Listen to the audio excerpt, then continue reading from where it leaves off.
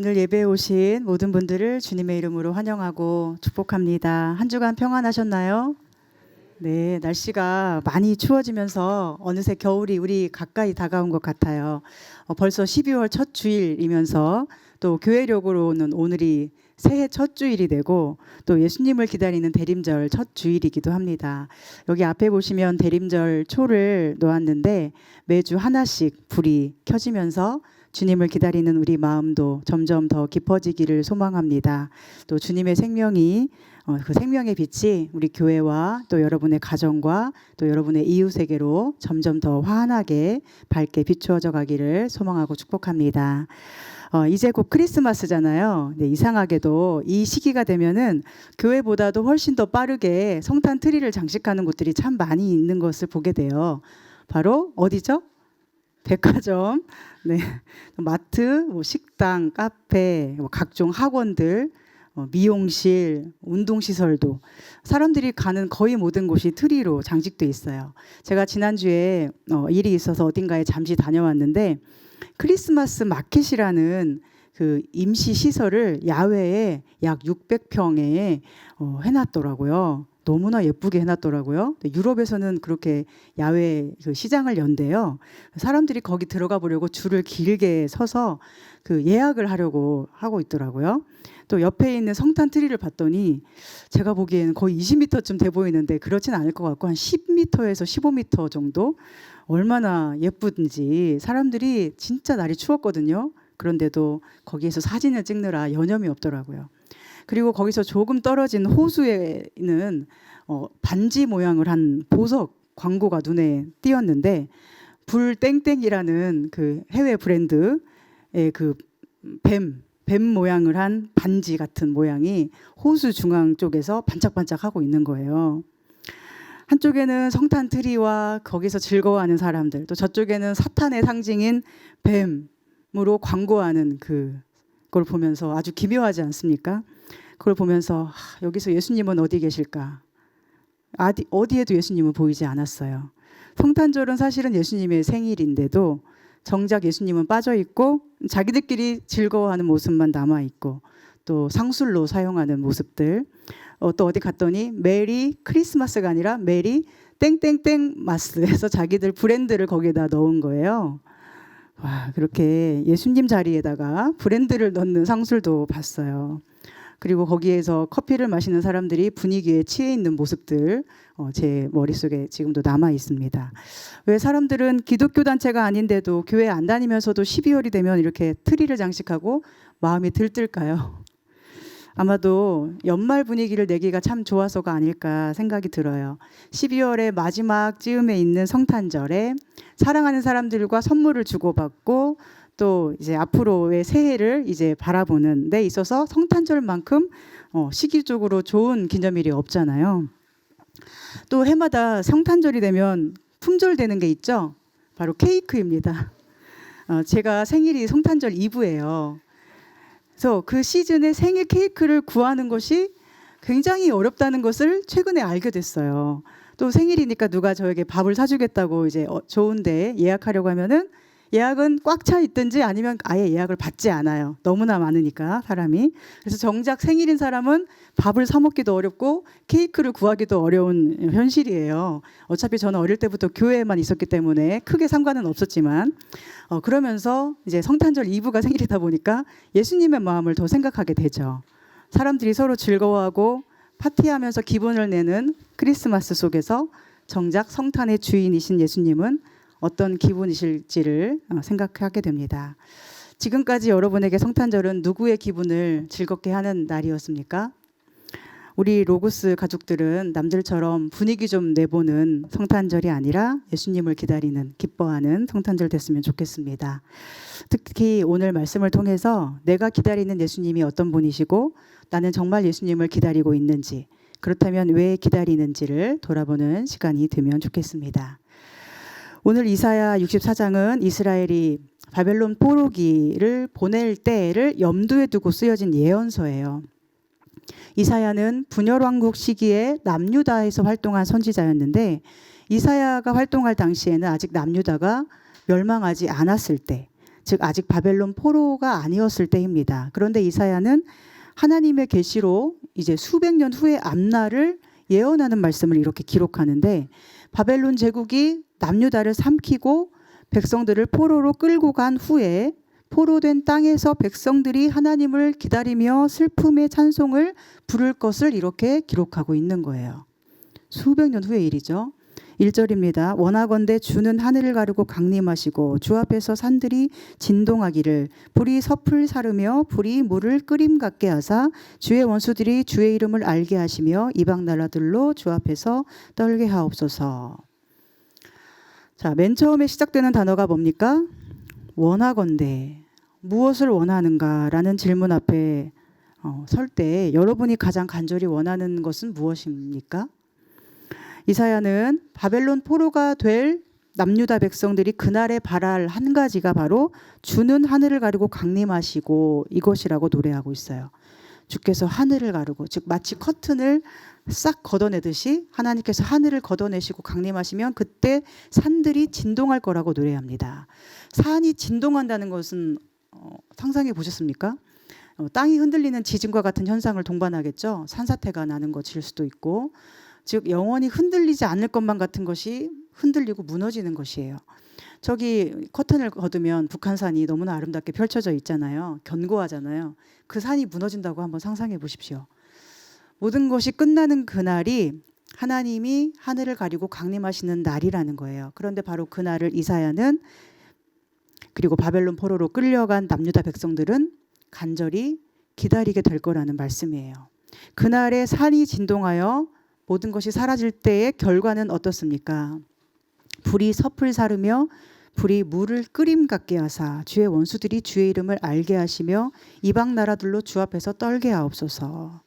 이것은 그날의 주의 강림은 마치 용광로가 끓어오르는 것처럼, 불의 옥깃이 태워져 사라지는 것처럼 모든 것을 없애버리는 무서운 것임을 나타내는 것이죠. 그럴 때 누가 주님을 두려워한다고 말씀하시죠?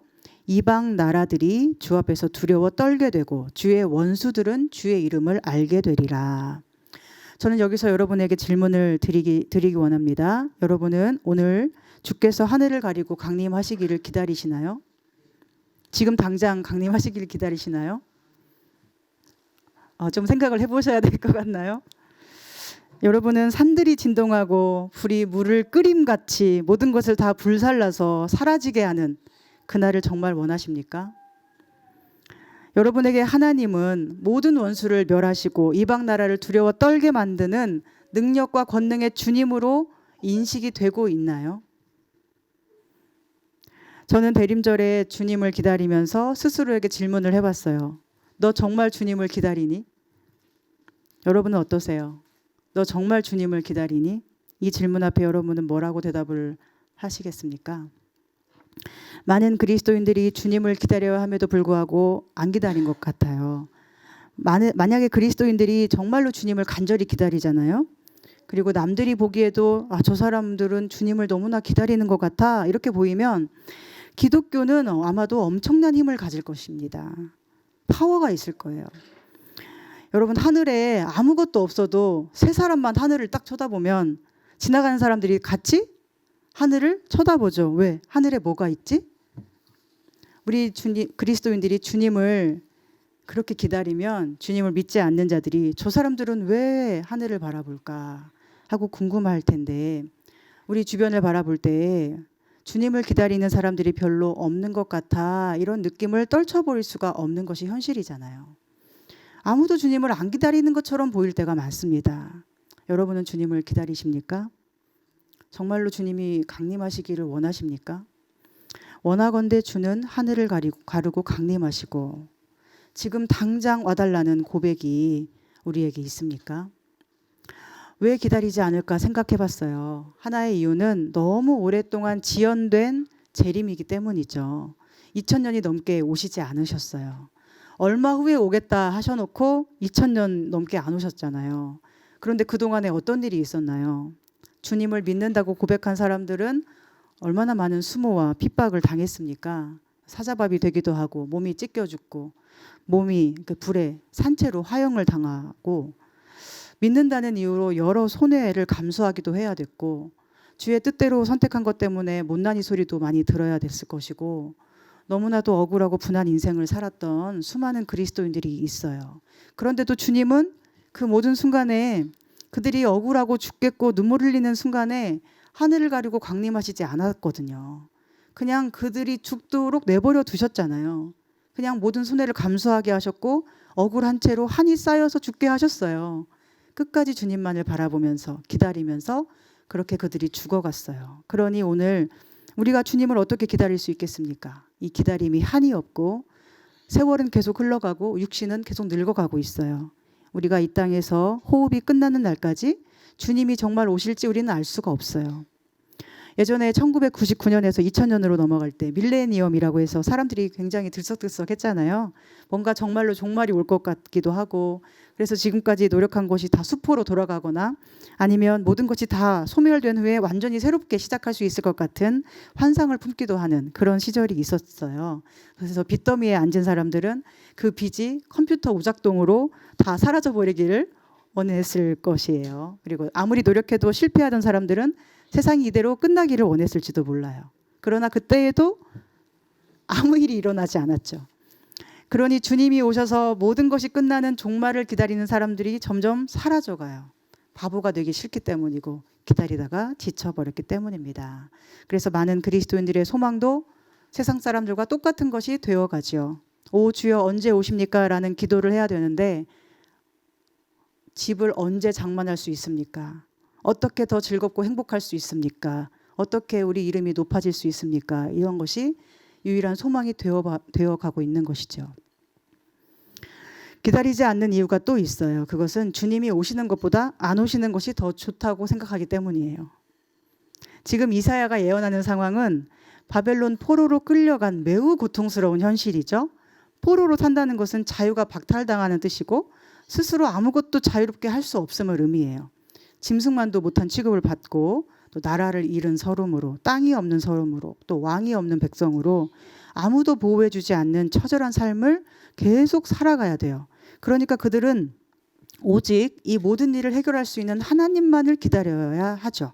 하나님이 아니고는 아무도 그들을 구원해낼 능력이 없기 때문입니다. 그동안에 그들은 애굽 나라가 자기들을 구원해 줄 줄 알았고 그래서 손을 잡으려고 했고 또 아수르라는 나라가 자기들을 구원할 능력이 있는 줄 알고 사이좋게 지냈지만 그 누구도 자신들을 지켜주거나 구원할 수 없다는 것을 그때가 되면 깨달을 것이고 또 깨닫게 되죠. 정말로 위기 상황이 왔을 때만 그 사실을 우리가 깨닫게 되죠. 하나님 외에는 구원자가 없다. 삶의 최악의 상황을 지날 때만 알 수 있는 진리입니다. 그리고 바벨론 제국의 포로로 끌려갈 때 그들은 그것을 알게 될 거예요. 그리고 나중에 알게 되죠. 그런데 오늘 여러분은 어떠신가요? 만약 여러분이 지금 조금 살만하다면, 숨쉴만하다면 아마도 예수님을 별로 기다리는 마음이 없을 거예요. 그러나 만약 여러분이 어떤 심각한 문제로 고통을 받고 계신다면 그 고통이 하루빨리 끝나기를 바랄 것이고 그것을 해결해 주실 구원자 예수님이 오시기를 간절히 바랄 것입니다. 제가 개척을 하기 전에 정말 모든 것이 빨리 끝나기만을 기다린 적이 있었어요.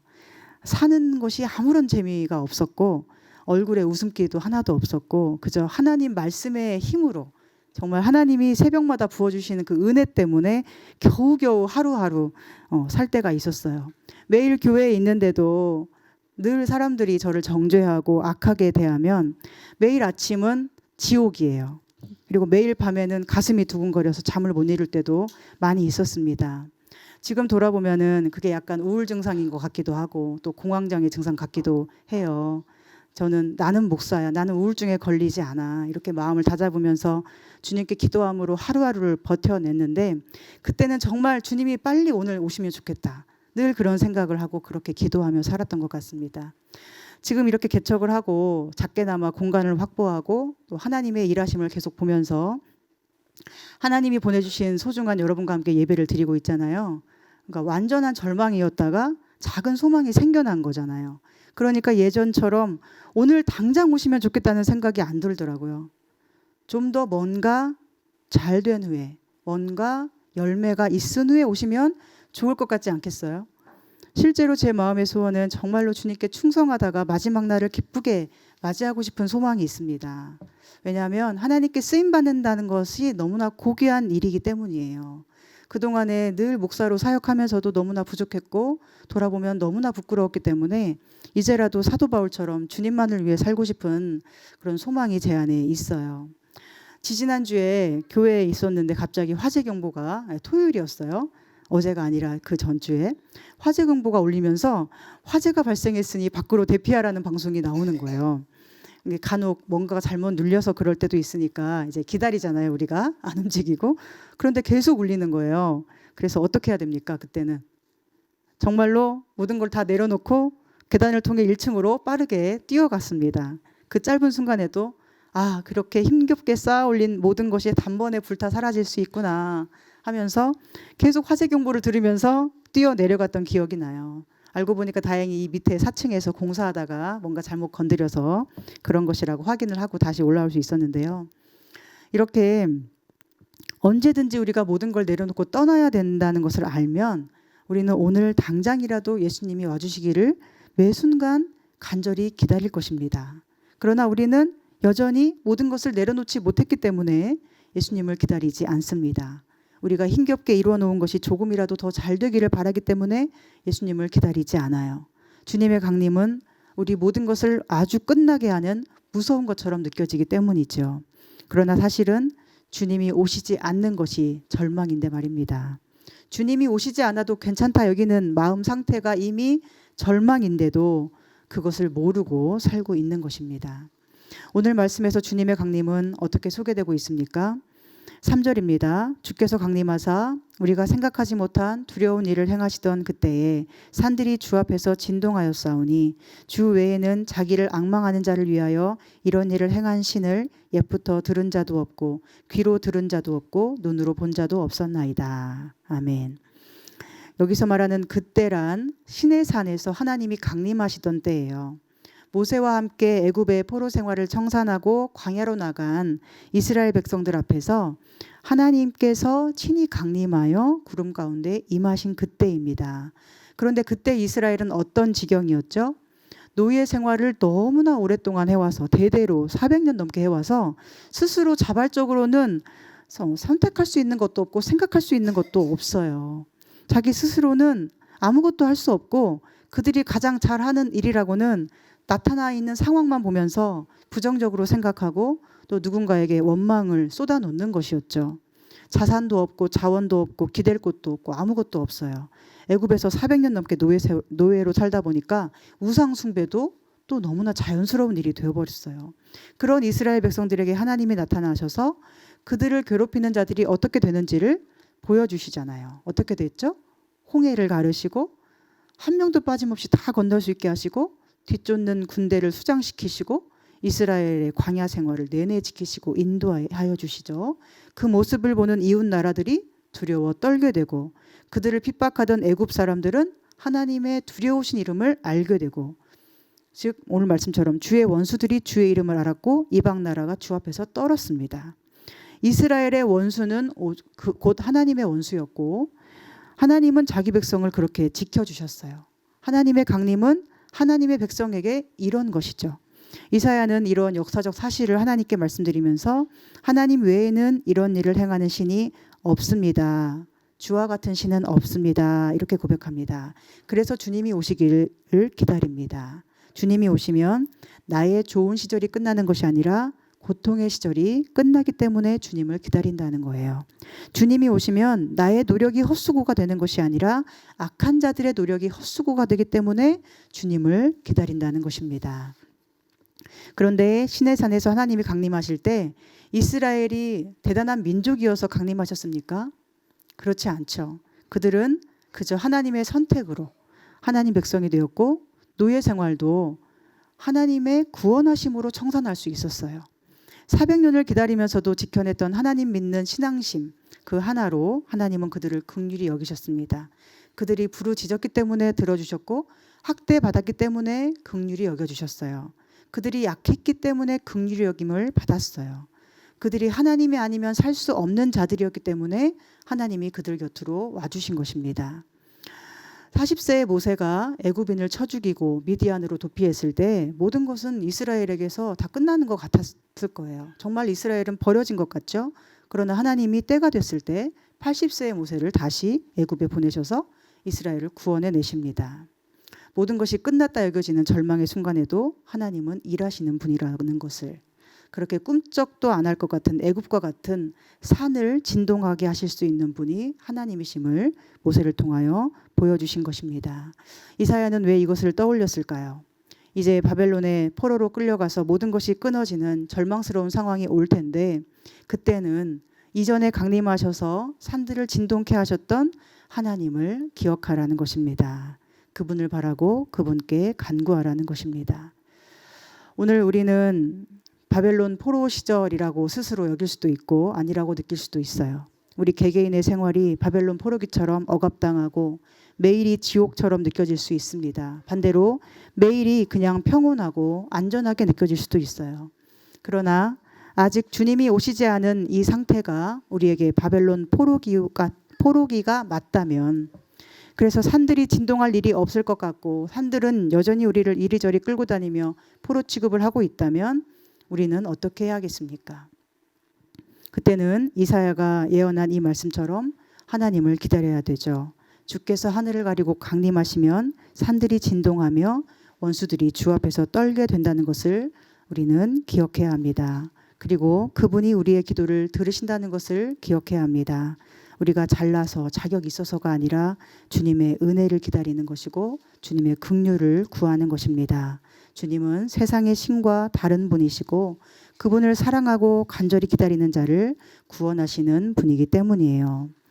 그러니 깊은 절망의 구덩이에서라도 주님만을 바라보는 우리가 되고 주님만이 소망이며 노래이며 기쁨임을 고백하는 우리 되기를 간절히 소망하고 축복합니다.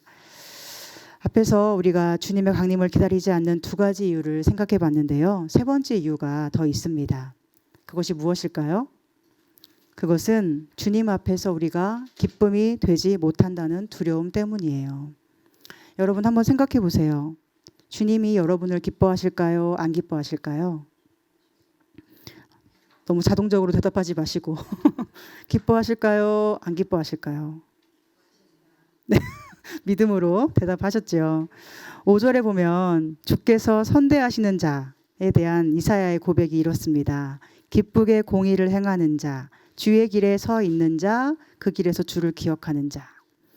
이 세 가지 자격 조건에 여러분 속하여 계십니까? 기쁘게 공의를 행한다는 것은 무엇일까요? 가난한 나라, 약자들에게 뭔가 선한 일을 행하고 뭔가 가져다 주는 것일까요? 공의는 하나님과 우리 사이에 하나님이 행하신 의로움이에요. 즉 공의는 하나님의 아들 예수 그리스도가 이 땅에 오셔서 행하신 일이에요. 우리 죄를 대속하시고 없애주시고 깨끗하게 하신 것이 하나님의 공의이고 이 공의는 바로 예수 그리스도이십니다. 따라서 기쁘게 공의를 행한다는 것은 단지 내가 보기에 의롭게 사는 게 아니죠. 똑바른 사람, 올바른 사람이 되는 게 아니에요. 공의를 기쁘게 행한다는 것은 예수님을 닮아가는 삶이에요. 예수님처럼 비천한 중에도 당당하고 얕보는 자들 앞에서도 담대하고 또 약하고 흠 있는 자들을 정죄하지 않고 함께 해줄 수 있고 오직 하나님 나라를 바라보며 살아가는 것이 기쁘게 공의를 행하는 예수님을 닮은 자의 모습이에요. 또한 주의 길에서 주를 기억하는 자는 누구일까요? 여러분은 주의 길에 서 계십니까? 주님의 길은 어떤 길입니까? 의로워 보이는 길입니까? 내가 바른 사람이 되는 길입니까? 주님의 길은 넓은 길이 아니라 좁은 길입니다. 주님의 길은 세상을 긍휼히 여기고 구원하기 원하는 십자가의 길이에요. 또 원수를 사랑하고 선대하는 길이에요. 그러나 악에 타협하지는 않으며 세상 조롱에 낙심하지는 않는 길입니다. 그러니 굉장히 어렵고 우리 자신의 힘으로는 도저히 안 되는 길입니다. 여러분은 이런 길에 서 계십니까? 이 길에서 주님을 기억하고 계십니까? 주님이 십자가의 길을 열어주셨기 때문에 여러분도 그 길에서 주님을 기억하면서 탈선하지 않고 계십니까? 세상이 십자가를 조롱하고 십자가의 길에 있는 여러분을 사탄이 조롱을 많이 할 텐데 그때 어떻게 그 십자가를 계속 지고 주님을 따라가겠습니까? 이 세 가지 자격 요건에 우리는 합당하지 않을 때가 매우 많아요. 그래서 이사야가 그 다음에 이어서 하는 고백은 우리의 상황과 너무나 비슷한 거예요. 주께서 기쁘게 공의를 행하는 자와 주의 길에서 주를 기억하는 자를 선대하시거늘 우리가 범죄함으로 주께서 진노하셨사오며 이 현상이 이미 오래되었사오니 우리가 어찌 구원을 얻을 수 있으리이까. 무릇 우리는 다 부정한 자 같아서 우리의 의는 다 더러운 옷 같으며 우리는 다 잎사귀같이 시들므로 우리의 죄악이 바람같이 우리를 몰아가나이다. 주의 이름을 부르는 자가 없으며 스스로 분발하여 주를 붙잡는 자가 없사오니 이는 주께서 우리에게 얼굴을 숨기시며 우리의 죄악으로 말미암아 우리가 소멸되게 하셨음이니이다. 아무런 소망이 없다는 거예요. 우리는 완전히 절망이라는 것이고 녹아서 없어져 버린 존재와 같다는 것입니다. 스스로 구원할 힘이 하나도 없는 상태예요. 뭘 해도 부정하고 자기는 의를 위해서 옳게 산다고 자신하는데 사실은 너무나 더러운 누더기 옷을 걸친 사람과 같다는 거예요. 가을의 낙엽처럼 메말라서 부서져 버린 사람. 그래서 바람같이 불어오는 죄악에 날려서 형태도 없이 흩어져 버리는 그렇게 존재감 없는 사람이 바로 우리라는 거예요. 스스로에 대한 완전한 절망이에요. 왜 절망합니까? 하나님 앞에서 보니 그렇다는 거예요. 하나님 앞에 서려고 하니까 하나님이 기뻐하실 만한 모습이 내게 있는가 하니까 하나도 없다는 것을 알게 되는 거죠. 우리가 어찌 구원을 얻을 수 있으리까? 여러분, 하나님 앞에 설 때 우리 마음 깊은 곳에서 우러나오는 두려움은 바로 이것입니다. 내가 어찌 구원을 얻을 수 있을까? 수많은 이유로 우리는 하나님이 우리를 기뻐하지 않을 것만 같은 두려움에 살아갈 수 있어요. 어릴 때 부모님들에게서 존재만으로 충분히 사랑받고 인정받지 못했기 때문에 그럴 수 있어요. 스스로의 힘으로 아무것도 할 수 없는 억압된 환경에 오래 노출되어 살았기 때문에 그럴 수 있고요. 날마다 직장 상사의 정죄 속에서 온종일 함께 있으면서 매일 지옥과 같은 스트레스를 받아서일 수도 있고요. 또 하루 종일 살아봐도 아무도 사랑한다고 말해주지 않고 우리를 보면서 웃어주지도 않아서 그럴 수도 있습니다. 여러분에게 사랑한다고 말해주는 사람 있습니까? 하루에 몇 번이나 들으십니까? 여러분을 늘 보고 웃어주는 사람 몇 명이나 있으십니까? 아무도 나를 있는 그대로 사랑해주는 것 같지 않고 존재만으로 소중히 여겨주는 것 같지도 않죠. 그리고 과거에 지은 죄가 우리 발목을 붙들고 늘 늘어지는 거예요. 너는 죄인이야. 너는 사랑받을 수 없어. 너는 하나님이 기뻐할 수 없는 존재야. 너는 하나님을 진노하게 하는 존재야.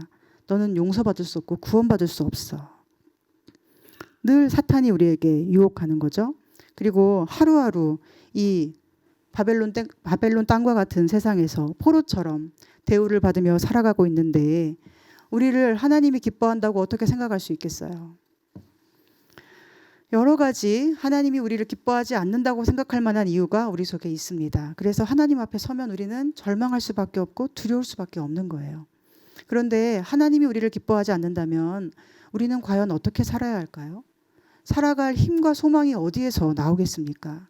하나님이 저와 여러분을 기뻐하지 않으신다면 주님의 강림은 우리에게 두려움이 될 것이고 우리는 이방 나라처럼 두려워 떨어야 되고 주님의 원수와 같이 주님의 전능하심 그리고 무서우심을 알게 될 거예요. 그래서 이사야는 얼마나 죄인인지를 고백하는 거예요.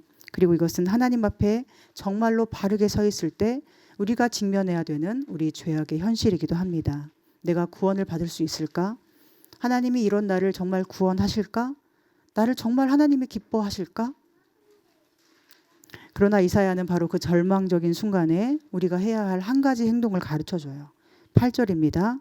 그러나 여호와여 이제 주는 우리 아버지시니이다. 우리는 진흙이요 주는 토기장이시니 우리는 다 주의 손으로 지으신 것이니이다. 또 9절에는 고백하죠. 여호와여 너무 분노하지 마시오며 죄악을 영원히 기억하지 마시옵소서. 구하오니 보시옵소서 보시옵소서. 우리는 다 주의 백성이니이다. 아멘. 우리가 절망 중에라도 반드시 붙들어야 될 진리 한 가지는 하나님은 우리 아버지이시고 우리는 진흙이며 그분은 토기장이시며 우리는 하나님 작품으로 지어졌고 우리가 죄로 인해서 부서진 진흙처럼 될지라도 하나님은 언제라도 다시 새롭게 작품으로 지을 수 있는 분이고 우리는 하나님의 백성이고 하나님은 우리의 왕이라는 사실, 이것이 진리입니다. 세상 사람 모두가 내게 험악한 얼굴을 하고 있어도, 하루 종일 살아봐도 아무도 내게 웃어주지 않아도, 아무도 내게 사랑한다고 말하지 않아도 우리가 힘을 내고 웃을 수 있는 이유는 하나님은 나를 사랑하시는 아버지이시며 하나님은 진흙과 같은 나를 작품으로 빚어주시는 분이고, 그래서 나를 심히 좋아하시고 기뻐하시는 나의 왕, 나의 하나님이라는 사실을 믿기 때문입니다. 이 진리를 기억하고 붙들 때 우리는 하나님의 기쁨이 될 수 없을 것 같은 절망 속에서도 다시 일어나서 주님을 바라볼 수 있지 않겠습니까? 나를 기뻐하시고 나와 함께하기 원하시는 하나님 품에 안심하며 안길 수 있지 않겠습니까? 이것을 믿지 못한다면 어떻게 우리가 하나님을 기다리겠어요? 도대체 세상에서 뭐 때문에 기뻐할 수 있겠어요? 또 세상에서 무엇으로 자존감을 지킬 수가 있겠습니까? 오늘 주님은 이사야의 예언의 말씀을 통해서 이 대림절에 우리가 뭘 해야 되는지를 생각하게 하십니다. 대림절에 우리가 생각해야 될 중요한 한 가지는 나는 주님의 강림을 정말 기다리고 있는가 하는 것입니다. 또한 아무리 스스로에 대해서 절망스럽고 스스로도 자신을 사랑할 수 없을 때라도, 내가 나를 사랑할 수 없는 그때에도 우리가 해야 할 고백은 그러나 여호와여 라는 주님을 바라보는 고백이어야 할 것입니다. 그렇게 고백할 자격을 주시려고, 그러나 여호와여 부를 자격을 주시려고 예수님이 이 땅에 오신 것입니다. 제가 개척을 앞두고 정말 절망스러운 시간이 오래 지속되었어요. 한 주 한 주 사임할 시간이 다가오고 이렇게 추운 겨울이었는데 길바닥에 나앉게 생겼고 교회 임대는커녕 당장 몸이 머물 집도 구할 돈이 없었어요. 그동안 신앙 선배 목사님들의 조언대로 하나님만 바라보면 하나님이 책임져 주실 것을 믿었고 한눈 팔지 않고 주의 일만 열심히 했는데 이게 뭔가, 이런 고통의 신음이 제 안에서 얼마나 많았는지 모릅니다. 그때 제가 붙들었던 말씀이 여러 가지가 있었는데, 물론 모든 호흡이 기도가 되었겠죠. 24시간 거의 하나님 앞에 선 기도의 자리로 살았습니다. 그런데 그때 제가 정말 간절히 붙들었던 시편의 고백이 생각나요. 바로 다윗의 고통 중에 하나님께 드린 고백의 기도입니다.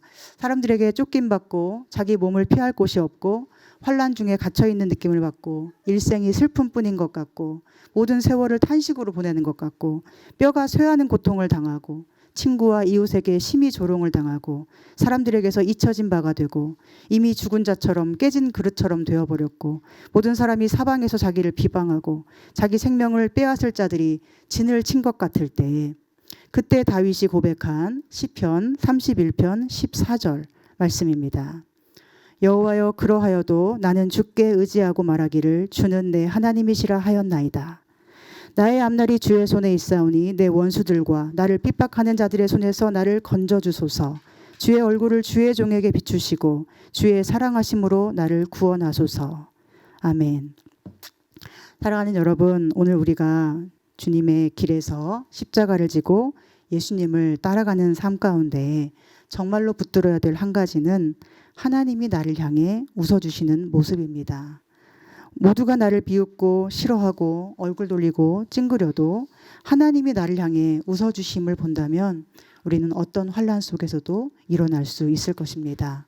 모두가 내게 사랑한다고 말하지 않고 오히려 해야 될 일만 계속 읊어주고 또 정죄하는 지적하는 소리만 들려올 때 어떻게 우리가 힘을 내어서 웃을 수가 있겠어요?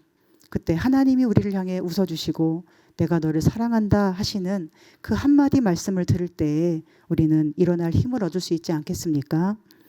예전에 제가 기도하면서 그랬어요. 하나님, 저는 저를 사랑하기가 너무 힘든 것 같아요. 그러니까 하나님이 저에게 이러시더라고요.